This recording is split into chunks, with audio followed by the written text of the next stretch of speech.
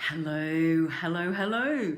We are here for another week of Helen's Focus for the week. That's what I'm calling my new Monday night Facebook Live, having changed from those of you who have been with me for a little while are very familiar with the Life of Biz Wisdom being the theme day for Mondays, and I've changed that recently with our recent group name change to be Focus. And thank you all for your posts. I'm going to be commenting on those a little bit later tonight. Really appreciate your focus, literally, and your engagement, and looking forward to supporting you more with regards to that. So what I want to talk to you, hello Elizabeth, lovely to see you. What I want to talk to you tonight about is something that I've sort of covered in Facebook Lives before, and made comments on in other ways, but I think it's just so fundamentally important to me in terms of my purpose with my business and my particular niche and the way that I love to support clients and people who aren't clients. I want to spread the word, that's the thing. And so I wanted to talk a little bit more then again tonight about the way that I do productivity, inverted commas, that may well be different and in fact is to a lot of traditional productivity expert, gurus, teachers, whatever you want to call us, coaches, healers, etc. that are out there. And there's three components to, I titled it, thank you, darling. Any questions you've got along the way, Elizabeth, then please comment and ask away and all the rest of it. You know the drill, I know. So there's three components to what I want to talk about tonight, because I put in the title in our event for our Facebook group, and that of course is Creative Spiritual Productivity Rebels, and I put the three components or three parts to it, and one is, so the title is It's Okay to Want and Need, in brackets, another way of doing productivity, or another productivity way. And the three parts I want to hone in on that is that it's okay, and I'm going to get back to that, and also that we may want a different way of doing productivity, of being productive, and in fact some of us, we actually need it to be different, because what we might be currently doing or what we've been taught just ain't working. So I'll start off with we might want to do productivity differently. So you may well be, you probably are familiar with usual productivity methods, being writing your to-do list. You've got this great big long list. You might put it on paper, you might put it, do it electronically, whatever, and you cross it out. And you may or may not schedule things, book things into your calendar that relate to your to-do list. Not everybody does that. In fact, a lot of people will literally work off a list.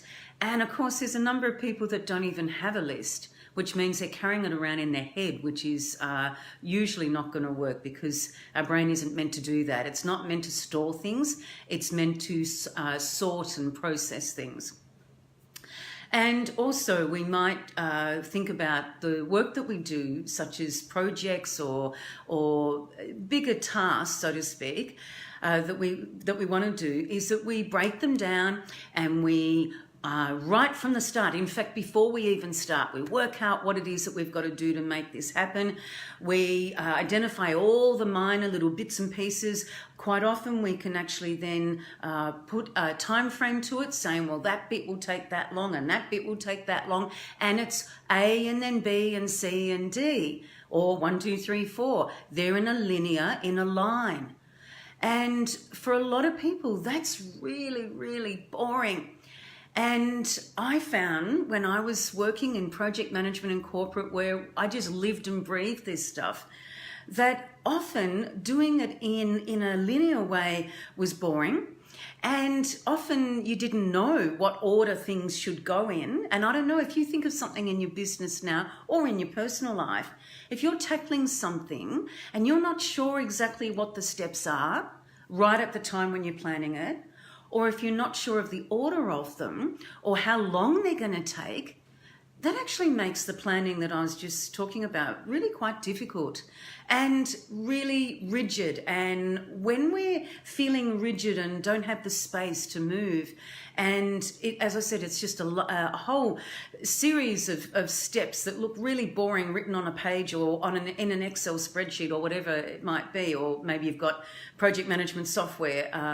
But whichever way, when it's done in that way, it is boring. And I don't know about you, but if I see a great big long list, it's like, oh my God, I don't want to do this. I'm tired before I even start. For me, it is how long will it take? So I plan my day and then don't get things done because one task takes longer than I thought. Exactly. It's hard to predict quite often how long things are going to take. It's how long is a piece of string. And as I said before, what order you do them in, the way that what order should, inverted commas, should they be done in? And definitely agree with the point that you said, Elizabeth. And that's why I like to have a bit more, I've talked before about the blocking of time. So you've got a good, decent amount of time to be able to do a particular task. If it takes that period of time to be, a longer period of time to do it. If it's something that's obviously a 5-minute job or a very short time, that's fine. But often the things that we are holding us back that we might tend to, some people could procrastinate on, we can feel overwhelmed because we don't know, as I said, what are the aspects of it that we need to, or the activities we need to do, how long are they going to take, and when should we do them. So that's why I advocate for a more flexible approach, which is the basis of the Tuesday theme being flexibility. I think it's Tuesday in the group anyway. It's written in there. I think it is. And so that there's a bit of buffer of time that you've got if it takes longer than you think. So what happens with a lot of traditional ways of being productive is that there's not that leeway. There's not that flexibility. Everything is locked into place, particularly when it comes to time. And I know from experience working on lots of projects, often things went over time because, life happens. Things unexpectedly come out of the blue, or something happens that changes things.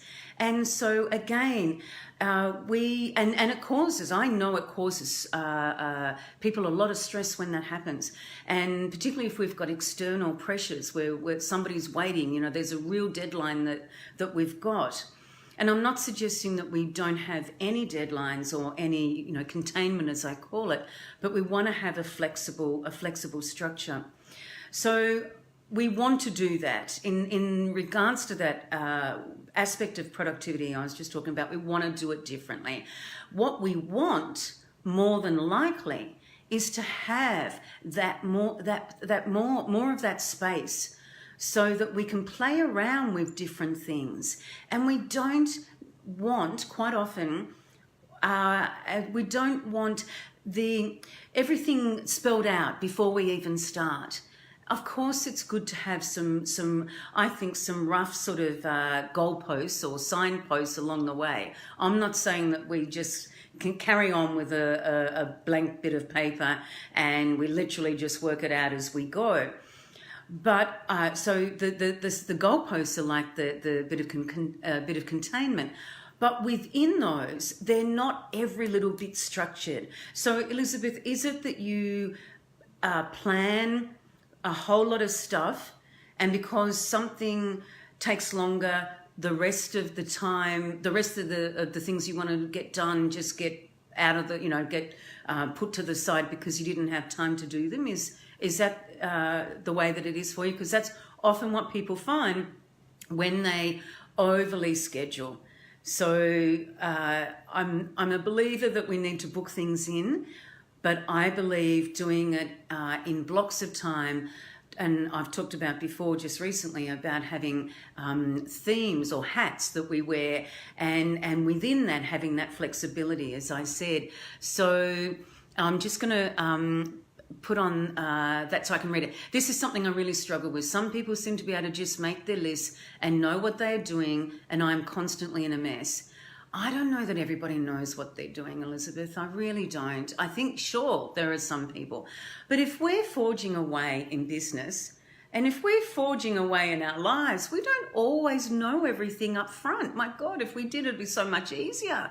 It's like we're explorers. You know, we're often having to figure out what we're doing as we go along. I don't know that, you know, everybody knows all the steps. And that's why having that flexibility is good. And hold on, I'll just go back, I missed one. They get done, but often it's then carried over to the next day. Yeah, and what's the problem with that, I'd wonder? Is it that they were actually needed to be done today? I mean, if they really needed to be, then it's a question of working out what has the highest priority. But quite often we think we've got on our list, this is the things we're supposed to do for today. And if we don't do them, and we've got to carry them over to the next day, often it's a problem because we feel that it's a problem because we haven't done our to-do list. Hello, Susan, lovely to see you. And just because something's on our to-do list doesn't mean it has to be done. I really, really stress that point because there's no context with a to-do list. You might have heard me say that before.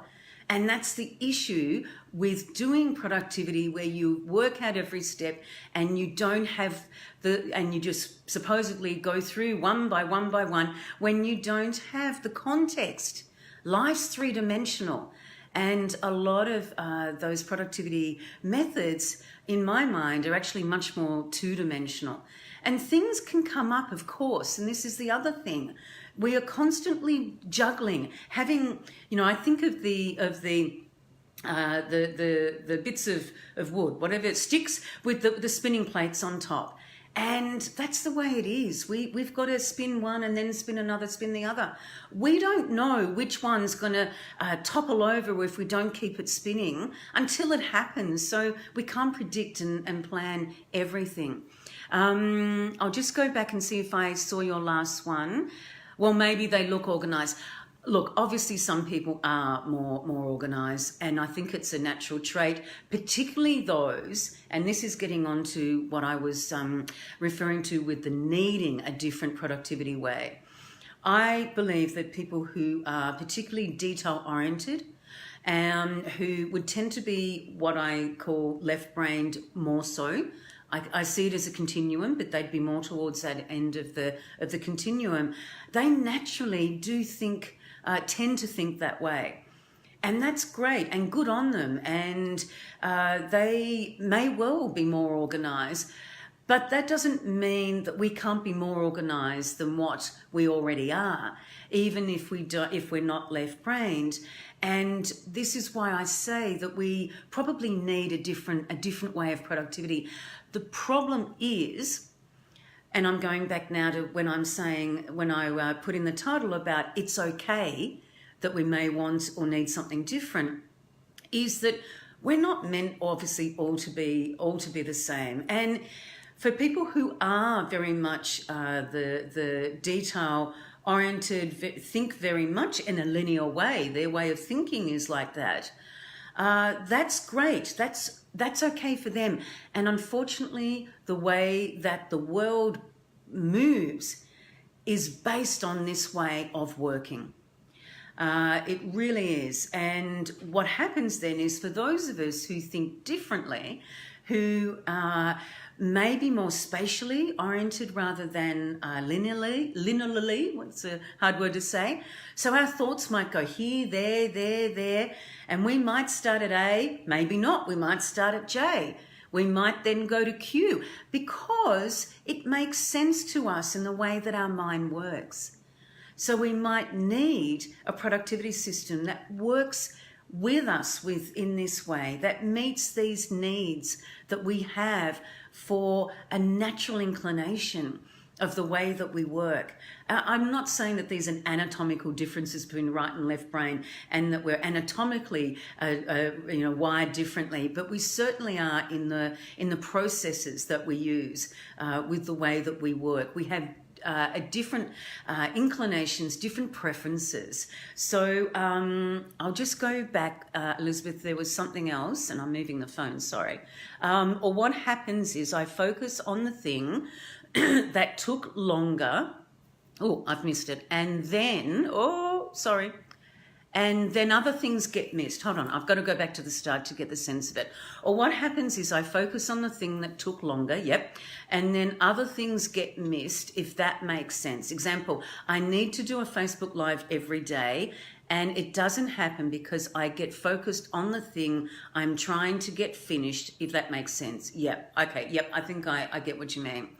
So you have in mind to do your Facebook Live, using that as an example, and then something gets in the way. Sorry, so if something's taken longer. If something's taken longer, say before your Facebook Live, and then you were planning to do your Facebook Live, and that thing that took longer ends up meaning you don't do your Facebook Live. I think that's what you mean. If that's not what you're meaning, then let me know. So, okay. I think in answer to that, it's a question of why is the thing taken longer, and what does it look like then? And most importantly, is that point in time the best time to be doing it? So what I mean, yes, that's what I mean. Okay, good. So sometimes, so obviously it depends on the situation, but sometimes we might go to do something and we realize that the way that we thought we were going to do it wasn't working, or we might be missing something, a piece of information or a tool or whatever it might be. And so it ends up taking taking longer with it.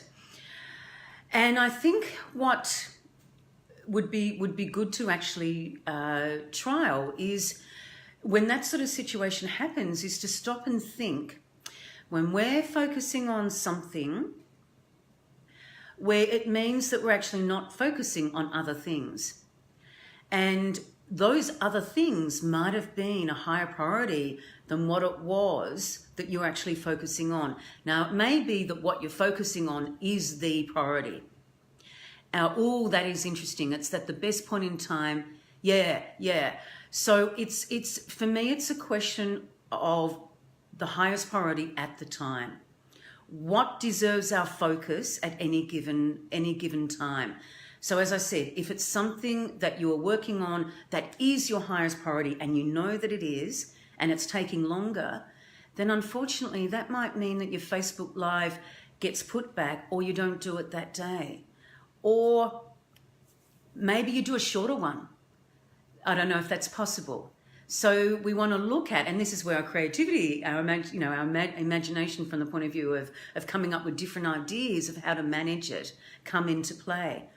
Or it might be that the thing that took longer than expected actually isn't as high a priority as your Facebook Live. It might be driving you crazy, and you might want to actually finish it. You might want to, beat it, so to speak, and figure it out and finish it. But that is where it's actually then perhaps not the best use of your focus at that time, when something else is waiting, in which case maybe, for example, it is your Facebook Live. You've already scheduled it as an event, or you've told people you're going to be doing it, or you just know that it's really important for you to be doing your daily Facebook Lives, or however often you do them, that you actually then have to stop yourself. And sometimes it can be really hard for us to stop ourselves and then actually say, okay, this is going to take longer than I thought. I want to be doing, using the example of a Facebook Live or whatever, I'm going to have to put that aside for now, and you can look at where else in your week you're able to put more focus, and at a time when it's not competing with other priorities, if that makes sense. So I'll go back to what you've... okay, so let me just see here. Prioritizing. Yeah. To me, productivity is... It's all about prioritizing.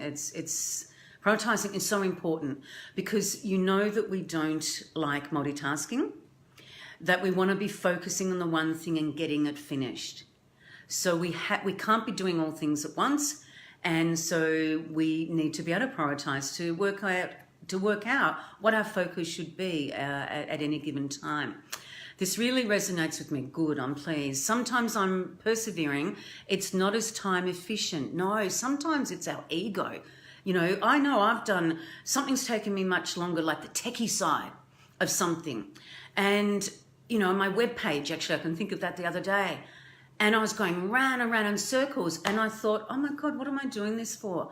I'm actually just going around in circles. And there was something else that I knew that I felt was a higher priority at that time. But that part of me was, I just want to get it. I want to get it. But I had to actually almost prize myself away from it and know that I could finish with the website part, with the techie part, another day. As if I come back to it. Yeah. So, I'm so interested in this. I need to really work out what I'm doing. Prioritizing is actually not, this is the thing. It doesn't come easy. It's actually not something that a lot of this stuff we're actually not taught. And look, for some people it comes naturally, but I don't think it's for a lot of people. And I just feel that I definitely believe we have time for everything. I absolutely believe that. People who say they don't have time, I'm going to do a Facebook Live on that soon. But we can't prioritize everything to be the same level of whether it's importance or urgency or whatever phrase, or even what you want to do. We can't because otherwise then there's nothing to differentiate when we're going to be doing things. No, not at all. So as in not at all, that people, it doesn't come naturally. Yeah. But it's a skill that can be used. It is. The more that even just raising your awareness can be really helpful to begin with. And then thinking about it in the course of your day and when you are doing your planning, to work out, what is your prioritization, how do you want to prioritize for yourself, and getting to the habit then when you're going about your day to be consciously going back to what are your highest priorities, to be aware that if you've deviated from that, what it's costing you potentially.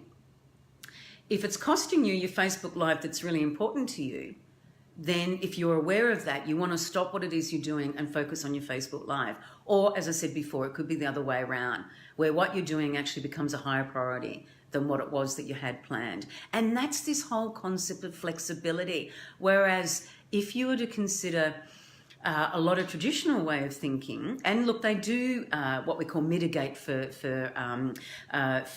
unexpected things cropping up, but largely productivity experts will generally say, schedule everything, put everything in there, and you don't deviate and also you don't go by your energy level, or do you plan a separate. Or do you plan I might have missed that one there. I'm starting to think about what diary I should get for the next year. Do you like a week to a spread or a day to a page diary? I don't use a paper diary. I actually use electronically, and I go by a day, each day. But I do also, having said that, I actually really do like a week view, and then I hone in on the day. Because you and I know are both right-brainers, as in creative, intuitive, spiritual, and that's the majority of our group members. Often we like to see the big picture to begin with. I like a snapshot, and then we can hone in. Whereas a lot of people like the more detail-oriented, they start with the detail, and then they might, then they'll tend to move out. And this is another example why we might need a different way of doing productivity. Or do you plan in a separate book? Yeah, as I said, or electronic. I'll do another live on that actually, and I'll show you what it is that I use. I actually love using Trello, if you're familiar with that. Not saying that it has to be something that everybody in here uses, but I find it's so visual. It's also kinesthetic. I can move things around. I've got it on my phone as an app. I've got it on my desktop, and it just really, really helps me. Plus, I'll be interested to see what you do. I haven't seen, and plus, and this is actually important to me, believe me, it might sound silly, and this is why it's the different productivity that I want to do, is that you can actually you create what is called boards, and you can put a picture. It actually connects with Unsplash, which is one of the free graphic design, like Pixabay and Pexels, that you can get the free images from. And you can choose, when you're in Trello, of a background to your board. And oh wow, obviously you have to be careful. I put a timer that I don't keep searching forever and be distracted that way. But it's important to me that when I look at my board, I've chosen a picture that to me makes sense with what it is that I'm focusing on in that board, or how I'm feeling for that week. And you can change it up, and you can add colors and all sorts of things.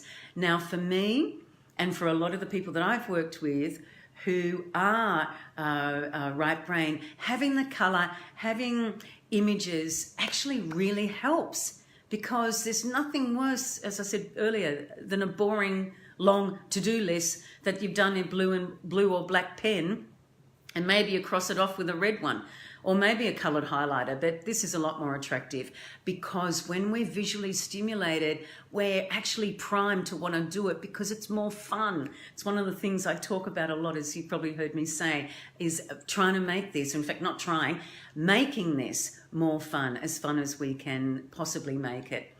So I might leave it there because time's getting on.